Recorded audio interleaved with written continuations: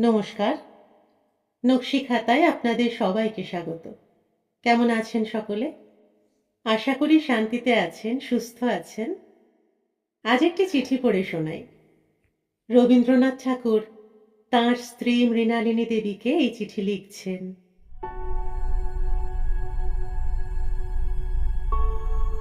সম্বোধন করছেন ভাই ছুটি বলে। ভাই ছুটি, ছেলেদের জন্য সর্বদা আমার মনের মধ্যে যে একটা উদ্বেগ থাকে, সেটা আমি তাড়াবার চেষ্টা করি। ওরা যাতে ভালো হয়, ভালো শিক্ষা পায়, আমাদের সাধ্যানুসারে সেটা করা উচিত। কিন্তু তাই নিয়ে মনকে উৎকণ্ঠিত করে রাখা ভুল। ওরা ভালো মন্দ মাঝারি নানা রকমের হয়ে আপন আপন জীবনের কাজ করে যাবে। ওরা আমাদের সন্তান বটে, তবু ওরা স্বতন্ত্র। ওদের সুখ দুঃখ পাপ পুণ্য কাজকর্ম নিয়ে যে পথে অনন্তকাল ধরে চলে যাবে, সেই পথের উপর আমাদের কোনো কর্তৃত্ব নেই। আমরা কেবল কর্তব্য পালন করব, কিন্তু তার ফলের জন্যে কাতরভাবে সস্পৃহভাবে অপেক্ষা করব না। ওরা যেরকম মানুষ হয়ে দাঁড়াবে, সে ঈশ্বরের হাতে। আমরা সেজন্য মনে মনে কোনো রকম অতিরিক্ত আশা রাখব না। আমার ছেলের উপর আমার যে মমতা এবং সে সবচেয়ে ভালো হবে বলে আমার যে অত্যন্ত আকাঙ্ক্ষা, সেটা অনেকটা অহংকার থেকে হয়। আমার ছেলের সম্বন্ধে বেশি করে প্রত্যাশা করবার কোনো অধিকার আমার নেই। কত লোকের ছেলে যে কত মন্দ অবস্থায় পড়ে, আমরা তার জন্য কতটুকুই বা ব্যথিত হই। সংসারের চেষ্টা যে যতই করুক, অবস্থা ভেদে তার ফল নানা রকম ঘটে থাকে, সে কেউ নিবারণ করতে পারে না। অতএব আমরা কেবল কর্তব্য করে যাব, এইটুকুই আমাদের হাতে। ফলাফলের দ্বারা অকারণ নিজেকে উত্তেজিত হতে দেব না।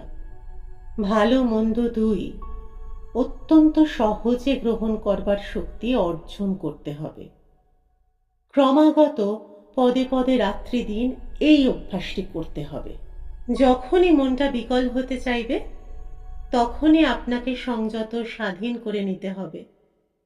তখনই মনে আনতে হবে, সংসারের সমস্ত সুখ দুঃখ ফলাফল থেকে আমি পৃথক।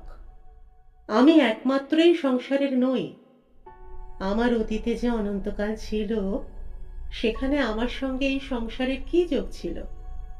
এবং আমার ভবিষ্যতে যে অনন্তকাল পড়ে আছে, সেখানেই বা এই সমস্ত সুখ দুঃখ ভালো মন্দ লাভ অলাভ কোথায়?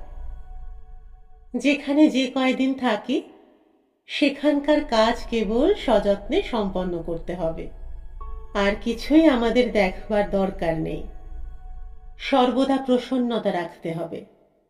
চারিদিকের সকলকে প্রসন্নতা দান করতে হবে। সকলে যাতে সুখী হয় এবং ভালো হয়, আমি প্রফুল্ল মুখে এবং অশ্রান্ত চিত্তে সেই চেষ্টা করব। তারপরে বিফল হই তাতে আমার কি? ভালোর চেষ্টার দ্বারাতেই জীবন সার্থক হয়। ফল সম্পূর্ণ ঈশ্বরের হাতে।